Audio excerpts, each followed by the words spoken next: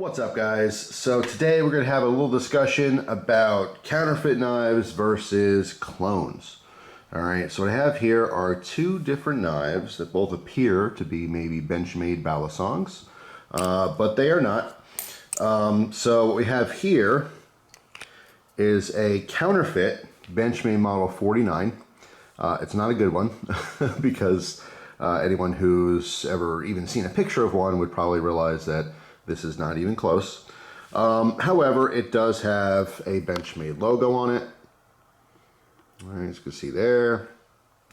And on the other side, you can see it does have the word Benchmade, 440C, USA. And this was not made in the USA. This was more than likely made in China. And this is supposed to mimic a Benchmade Model 49. All right. Dead giveaway is, of course, the latch. They never made this latch style ever on any of them. All right, these are supposed to be spring latch Bally's, but yeah, Benchmade never did anything like that. That's a sure giveaway, even if you didn't, notice some other things.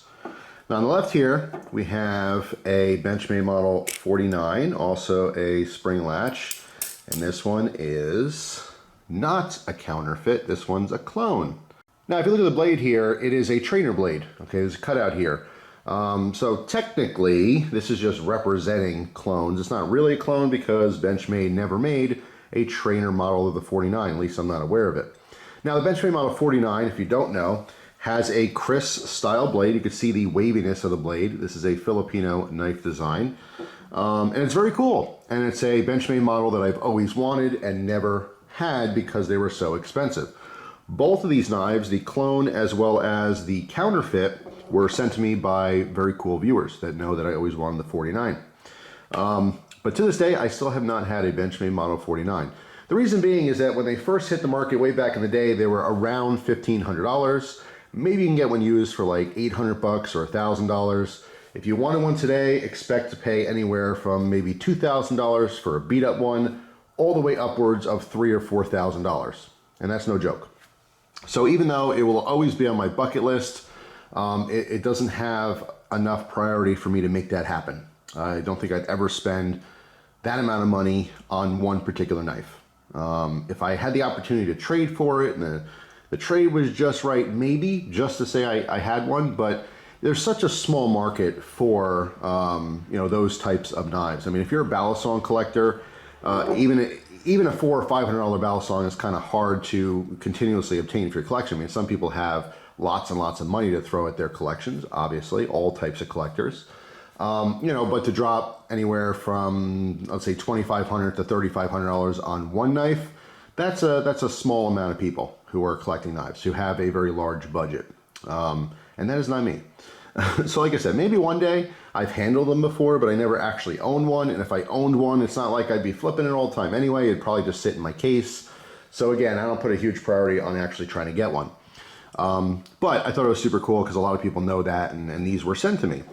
Now, this one, again, let me go back to this. This does not have a Benchmade logo on it. This has a logo for another company, Armed Shark, which means nothing to me. I never even heard of the company before. I don't know exactly who makes this, but they do have a model number for it, T43, which is interesting because they could have called the T49, but they didn't. They called it a 43. All right, it does show the steel on there is a 3 CR13. All right, almost looks like a G. I don't know of a 3 GR13, but who knows? Maybe that's the steel. But anyway, this is not a counterfeit because they're not trying to pretend to be something they're not. So there is a huge distinction between counterfeit knives and clones, okay? Now this is representing them across the board. There's a ton of counterfeit and clone Benchmade Balisongs because they're so popular, and not just Benchmade. I've seen counterfeit and clone models from different companies as well. But this is also very apparent in the OTF community as well. So if you see a lot of OTF knives, you'll see a lot of clones and a lot of counterfeits. And the counterfeits can be really, really crappy, where they're taking, basically an original design and just throwing on like a Microtech logo or something, and it's not even close to anything they actually make. And then you have, you know, the higher end counterfeits where it looks legit. And if you've never had a real one, you wouldn't know the difference. All right, so these are just representations to something to look at for this video, but there's counterfeit Balisongs, OTFs, as well as just regular folding knives. You know, I remember back in the 90s, there were so many different knives, and it was so stupid because they had like counterfeit Spyderco. Of course, Spyderco is very counterfeited, but they make, you know, some higher end knives, which are a little more expensive. So it makes sense that they would, you know, sell those counterfeits to make money. But I've seen like counterfeit Gerber knives, counterfeit CRKT knives, counterfeit Kershaw knives. Why? You know what I mean? Where you can get the real thing for $20 to maybe $50, and then the clones and the counterfeits were sold for like $10 way back when. So I don't know. I mean, there's obviously all different types of counterfeits with all different profit margins, but the higher end counterfeits are very difficult, especially when you're talking about Balisongs. There's some really nice counterfeit Benchmade Model 42s that look legit. And even the people who've had them before, like myself, it's very difficult to really see the details and to understand, okay, that's real, that's fake. I get people send me pictures probably weekly, at least 2 or 3 times a month, but sometimes it's weekly or even daily, where someone sent a picture, hey, I want to buy this Benchmade Model 42, or hey, I want to buy this Benchmade model, blah, blah, blah. Here's some pictures, is it real? And it's always difficult. I try to preface it with people like, hey, look, I'll help you out. I'll try to tell you what I think it is, but there's no guarantees, and it's very hard to look at a picture. If I had something in my hand, it's a little easier. And with Balisongs, there's a lot of specific details you're looking for. You know, the latch is the easiest, really. Like, this is such a dead giveaway because it's not even close to the real latch.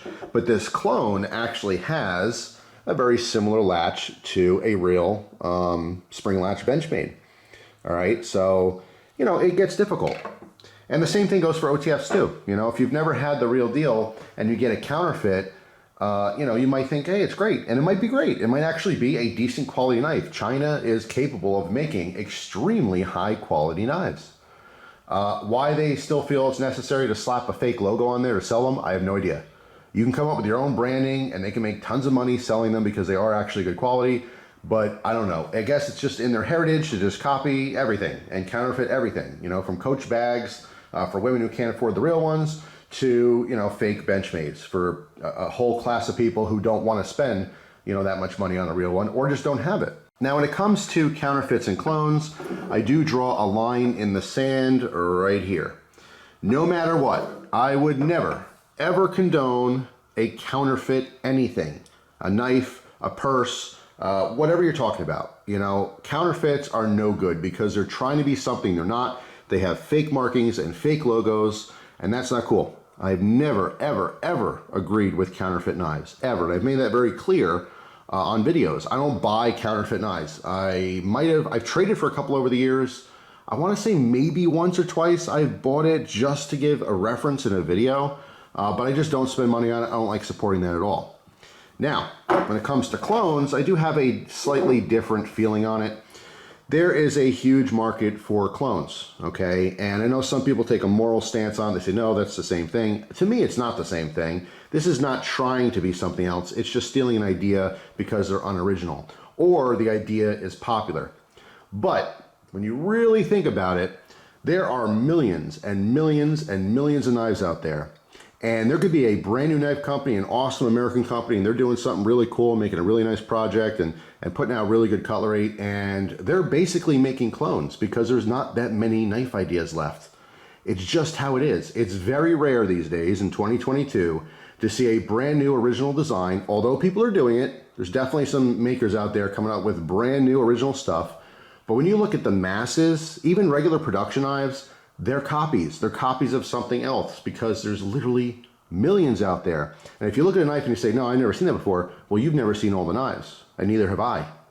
But I happen to see a lot of knives, and a lot of you guys who've been collecting for a lot of years have seen a ton of knives, and you see a lot of repetition, the same blade styles. Even if they're unique looking, they're repeated constantly.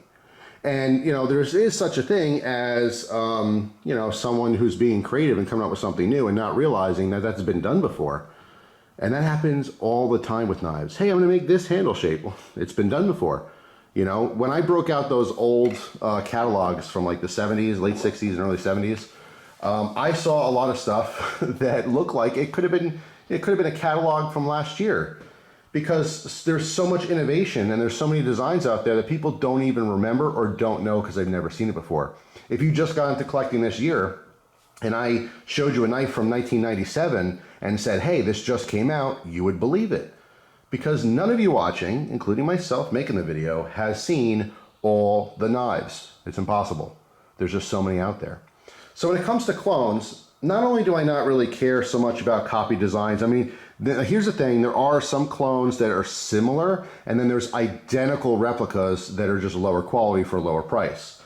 Now when it comes to OTFs specifically, so many people buy them, and they can't use them legally where they are, so they basically just have them for the collection. So many people buy OTFs just for the novelty factor of shooting them open and closed, and they just don't use them very much.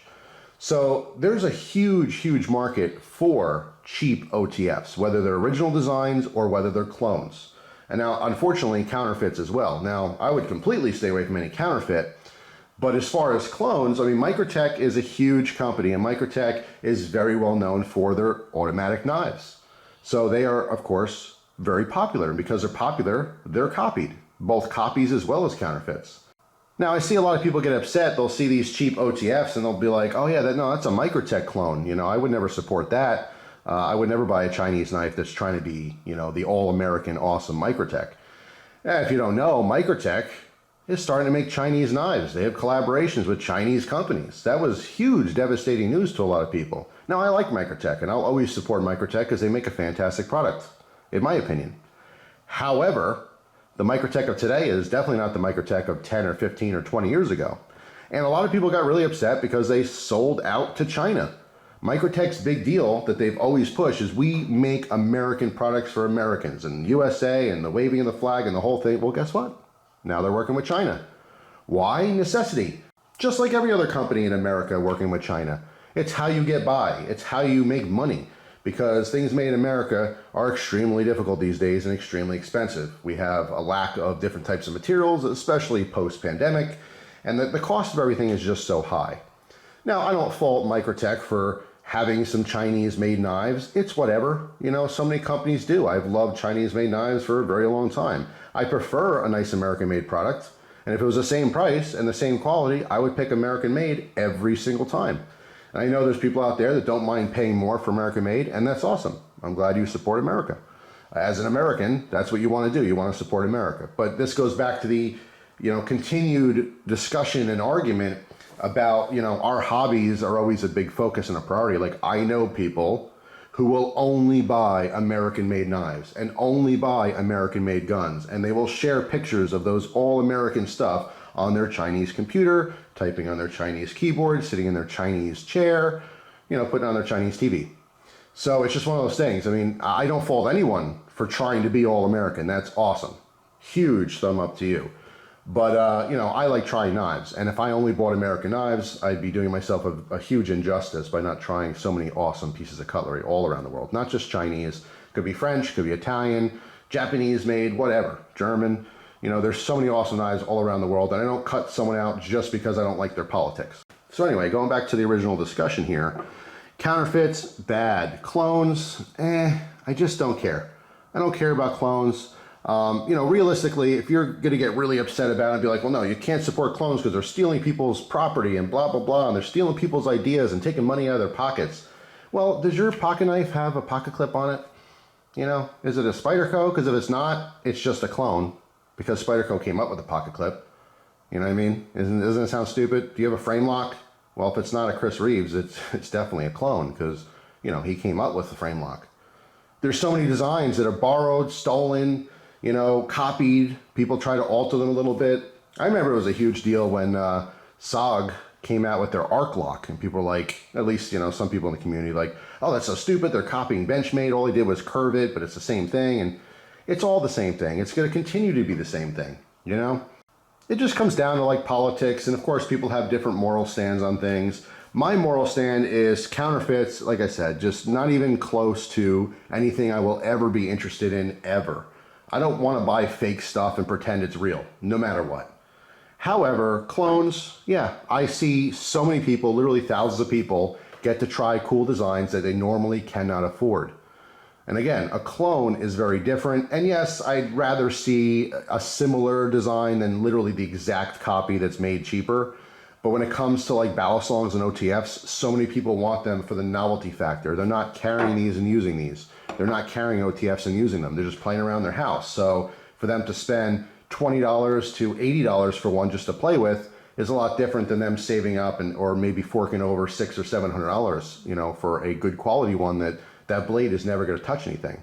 Now here's another point that people will make too, is that when you buy a counterfeit knife or a clone, you're taking the money out of the pockets of the people who originally designed them. You know, the knives are actually copied and counterfeited. And I understand that perspective, but at the same time, I don't think they compete with each other. And I think this is a very important point of where I stand morally on clones. Okay, so for example, this Benchmade 49 clone, well, maybe this is a bad example because this is a very rare knife, but let's just say I have like a Spyderco Endura clone, okay? Some other knife like Bird made a knife that looked just like the Spyderco Endura. I think it had an axis lock on it. I forget what it was. That knife does not compete with the actual Spyderco. The person buying that Bird knife, okay, had no intention of buying the Spyderco. Just like if you're buying a $85 Microtech clone, all right, OTF, you're not going to be buying the $500 one. Now, I've always said it's a great idea if you want to try a design out cheaper, and then if you do like it, you should get the better version if you're actually going to use it. But so many people don't. But like I said, the idea that you're taking money out of the pockets of these companies, I just don't believe it with clones. I do believe it with counterfeits. Counterfeits are, again, a different thing. No, big cross, no, I hate it. But when it comes to clones, the market for people buying these things, they're not buying the real deal most of the time. I don't know anyone personally, and I may be wrong here. Maybe you're one of these people, but I don't know someone with a Microtech collection, you know, a $20,000 knife collection who also has Microtech clones. I don't know one person like that. And I don't know anyone who has 15 Microtech clones that actually has a real Microtech. Now, of course, if you're one of those people, feel free to comment down below. But like I said, I don't think that it's the same market.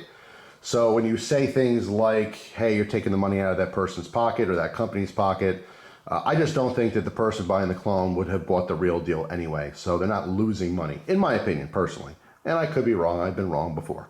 Now, something else too, when you're talking about like the YouTube knife community and you see these videos and you see comments and people, that doesn't represent people buying knives. There are millions and millions and millions of people buying knives every single day.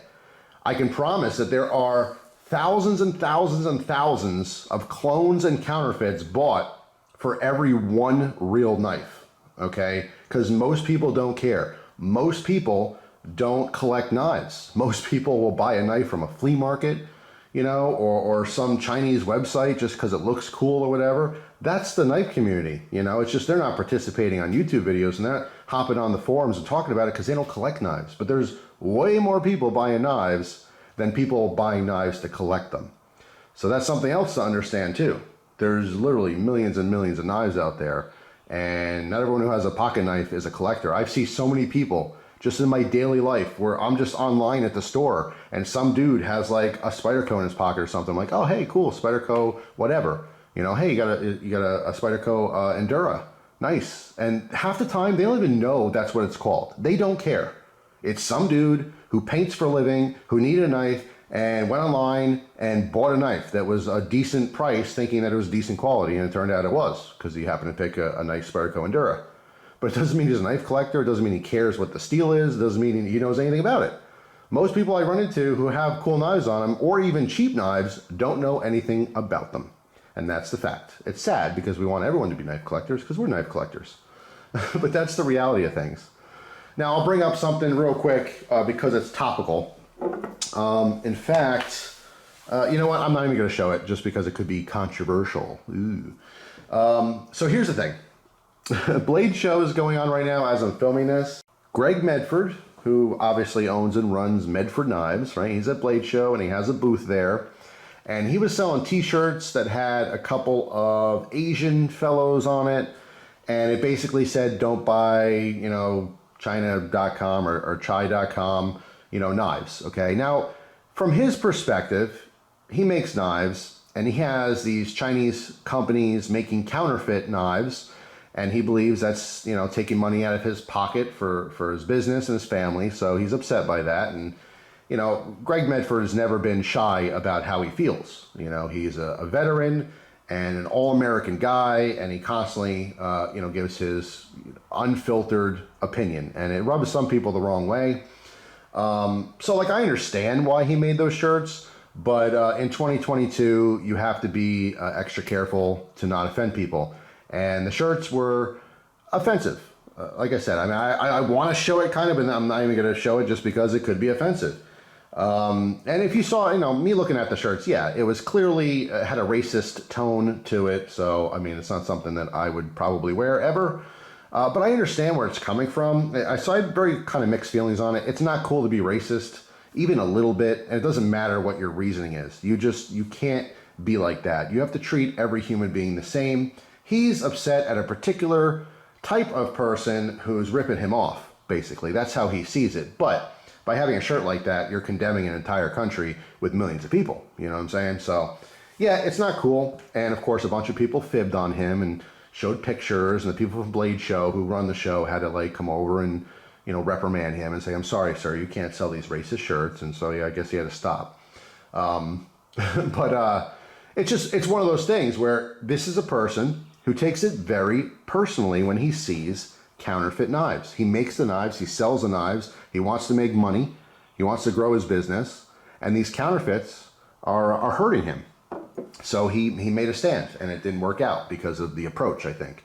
The idea behind it was fine, but the approach was no good, and like I said, it was very offensive to a lot of people, so it was stopped, I guess.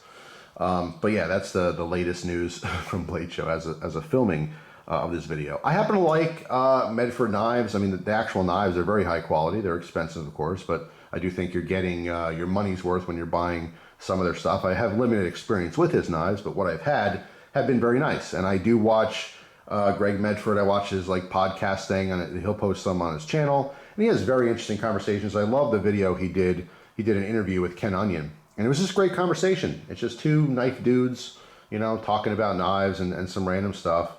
But yeah, he could be very opinionated. And like I said, it's kind of it's a catch-22 because I so much respect someone who has no filter.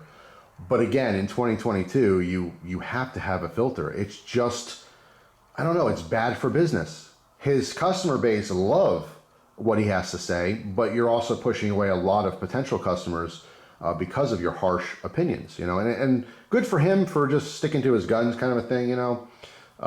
But yeah, it's a tough nut because being completely honest like that, the way he thinks about things, it turns a lot of people off to him, and it's just a bad look for a lot of people, you know. But he obviously has a growing customer base, so there's plenty of people who think just like him and agree with everything he says, and of course they have tons of money to buy his awesome expensive knives, so he's doing well. But I think that it'd be hard for him to grow substantially with the politics that are involved. And it's hard. You can't involve politics. It's bad for business. You make a product. You don't sell an idea. You know what I mean? But that's, you know, he stands behind his stuff, and that's what it is. So, you know, you love him or hate him. I don't think there's much in between there. I do enjoy his cutlery. And as you guys know, I very much try to stay out of politics for that very reason. If I sat and had a conversation with whoever owns Kershaw or KAI, you know, and which is obviously both Kershaw and Shun Knives, the kitchen knives, and ZT, of course, that's their all-American high-end models. But if I talk with the owner and I had a nice long conversation and he said something that rubbed me the wrong way and I just didn't like it, if I thought it was racist or if I thought it was sexist or homophobic or whatever, some weird thing, anti-American, maybe I'd be turned off to the brands, you know? So it's kind of like ignorance is bliss. When you don't know about the politics and you don't know, you know, behind the scenes of what these company owners think and feel like, well, you're better off. I'll be totally honest. You are much better off. We live in a society where information is pumped into our brains 24/7 with our little phones and TV and everything else, and it's overwhelming. And I remember when I was being younger, like if you bought a can of soda, you bought a can of Coke, you just wanted a can of Coke because it tastes good. You know, you didn't have a buddy that was coming up to you and smacking it out of your hand and going, hey, buddy, don't drink that Coke. They're anti-white. You'd be like, what are you talking about? It's delicious, you know? So there's a lot of politics, and everything becomes political, and I think it ruins it, because when we're buying products, we're trying to buy products. We're not buying the ideals of the owner of the company or any employees of the company for that matter, you know? So anyway, just one of those things. But going back, I think I was on a rant there for a while. Sorry, or not a rant, but just kind of blabbing on. Counterfeits, no. Clones, maybe to whatever. Like I said, I wouldn't go out of my way to buy a clone, but I don't really care. Everything's a clone. That's what I said. If your knife has a pocket clip, you know, I think Spyderco, I think Sal Glesser, who invented the thing, should get a kickback. But guess what? He doesn't. That's just how the world works. It's kind of unfair. So it is what it is. You guys let me know down in the comment sections. I know some of you guys don't mind buying counterfeits too, and I don't fault you for it. Just because I don't like it doesn't mean you don't have to like it. I don't push my opinions on people. I might share my opinions. I'm very opinionated, especially on social media, but I'm not trying to convert people. I'm not trying to have people think the way I do. I'm just sharing my opinion. You don't have to agree with it. You know, it's cool. It's fine. I have some great friends who think very differently politically, and I have great conversations with them all the time. You know why? Because I'm trying to be mature. I'm trying to be an adult. You know, certain things are more important than other things to me, and I might get a little heated or defensive, but it is what it is. You know, there's always going to be people who just don't agree with you, and that's cool. That's fine. The world goes round. So yeah, I don't really care if you love counterfeits and love clones, or if you absolutely hate both and you never buy both. I know a lot of the comments probably gonna say, I would never buy a clone and I would never buy a counterfeit, and that's cool. That's fine. But for me, the line's right here. These are whatever, and those are no good. That's it. I don't think I'll ever change my mind on counterfeits. Clones, I used to not like clones for the reasons I mentioned. You know, I thought, hey, it's taking money out of the pockets of these companies, and it's not cool to steal ideas and all that stuff. But as I've grown a little bit, I think I realize that they're not really competing in the same realm. You know, again, I'm repeating myself, but that's what I'm good at. The person buying, you know, the $10 clone is more than likely not going to spend the money on the real deal. So they really taking money out of the pockets of those people? I don't think so. Not anymore. I used to. But my thoughts and opinions change, and who knows, maybe it'll change again tomorrow. I'm allowed to do that. We're all allowed to do that. Just because you have an opinion doesn't mean you have to stick with it forever. You could learn. You could grow as a person, and you could change the way you think, and you could change your opinions, especially when people provide more information for you. So anyway, that is it for now. Hopefully you guys have a fantastic day. Thanks for watching my little video here on clones versus counterfeit knives, as well as the drama at BladeShow. Let me know your thoughts on it, your opinions. I did see some threads again about that t-shirt, and when I first saw it, I thought like, oh, I get it. You know, he thinks he's losing money from these counterfeits and stuff, so he's pissed off. But like I said, I mean, the more I saw it, like once I actually saw the shirt, because I heard about it first, I didn't see the shirt. Then I saw the shirt, and I'm like, Greg, come on, man. You probably knew that wasn't going to fly. It's just, you know, I don't know.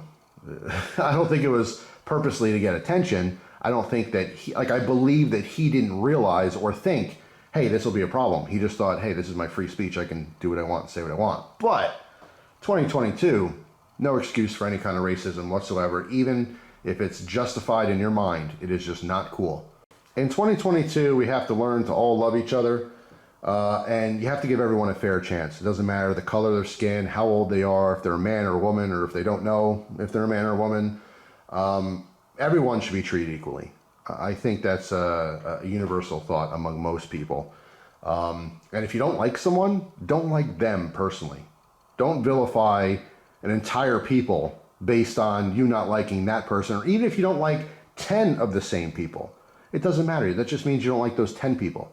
If someone else shares the same skin color or the same background or they speak the same language, it doesn't mean anything. You can't vilify an entire type of person just because you don't like the actions of some. It's just not cool. So anyway, that's it for now. Hopefully you guys have an awesome day. Thank you so much for watching, and I'll see you guys tomorrow with a brand new video. Take care.